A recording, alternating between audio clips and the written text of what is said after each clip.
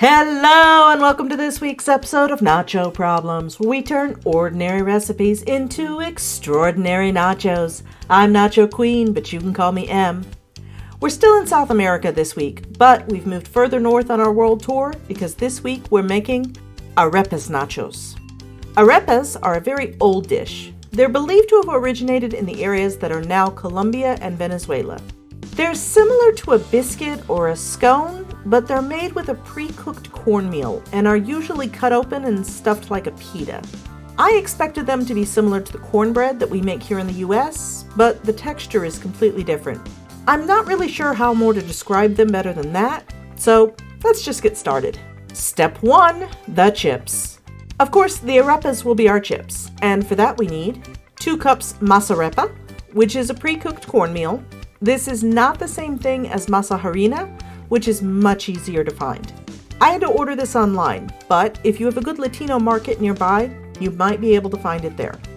1 teaspoon salt, 1 tablespoon oil, and 2.5 cups water. Now that's all you have to make arepas, but they turned out pretty flavorless to me, so I also added some queso fresco, I used about half of this, and some Oaxaca cheese. I only used about 1/4 of this, but both cheeses have great flavor and they will definitely get used up in this house. Start by adding the masa arepa, water, salt, and oil to a large bowl and mix well.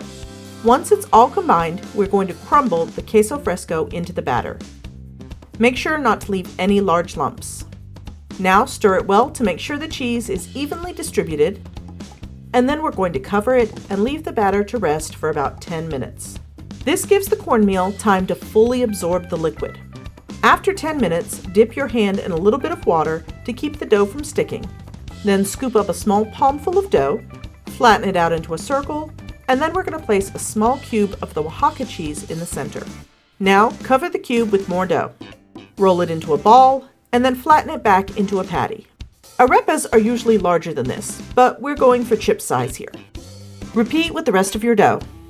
Now, preheat the oven to about 350 degrees Fahrenheit or 175 Celsius, while also heating a skillet, preferably cast iron, to medium-low. I'm going to coat my pan with just a little bit of butter, and then gently place my arepas down to cook for about 5 minutes on each side or until nice and golden. Shoot for a bit more color than this.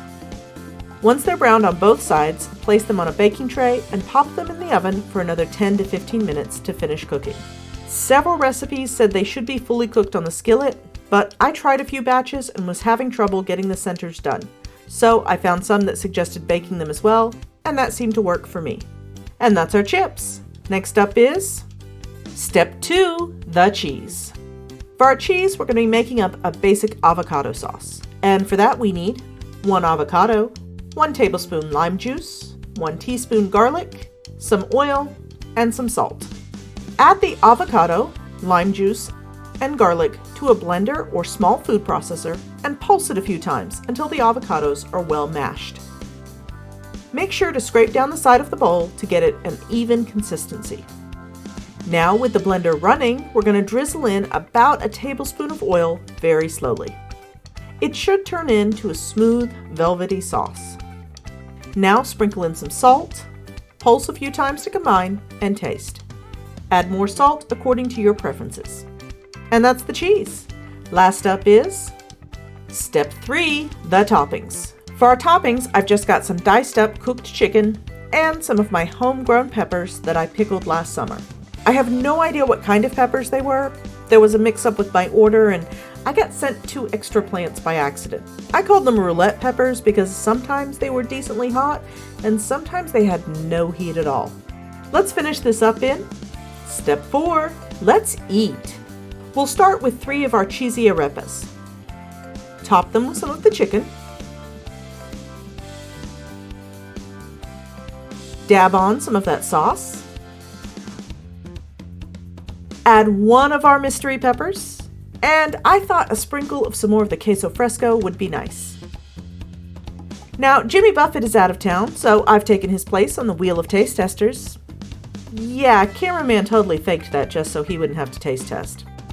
Okay, he's a good guy, but not a fan of avocado. So I guess I'm up. The sauce was great, but I felt the arepas were still kind of bland. And they had a very odd texture. Next time I make them, I'm going to make them big enough to cut open and stuff. Maybe that would help. They were definitely better than the first batch I made, which didn't have the cheese in them. There's a lot of different fillings you could use, so if you've ever had arepas before, comment down below what filling you prefer, and maybe we'll try them again one day. Well, that's all for this week. I hope you enjoyed it. If so, give it a like, and please consider subscribing if you want to see more nacho videos. If you have an idea for a future video, you can leave a comment below or tag me on the site previously known as Twitter. I'm at NachoProblemsYT. I've also linked my Blue Sky below, but you won't find me on Facebook, Instagram, or Threads.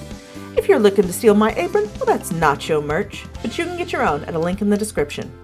Now, I bought 2 bags of the Arepas stuff, and I only used about half of one, so I guess I need to look up some more recipes to make with it.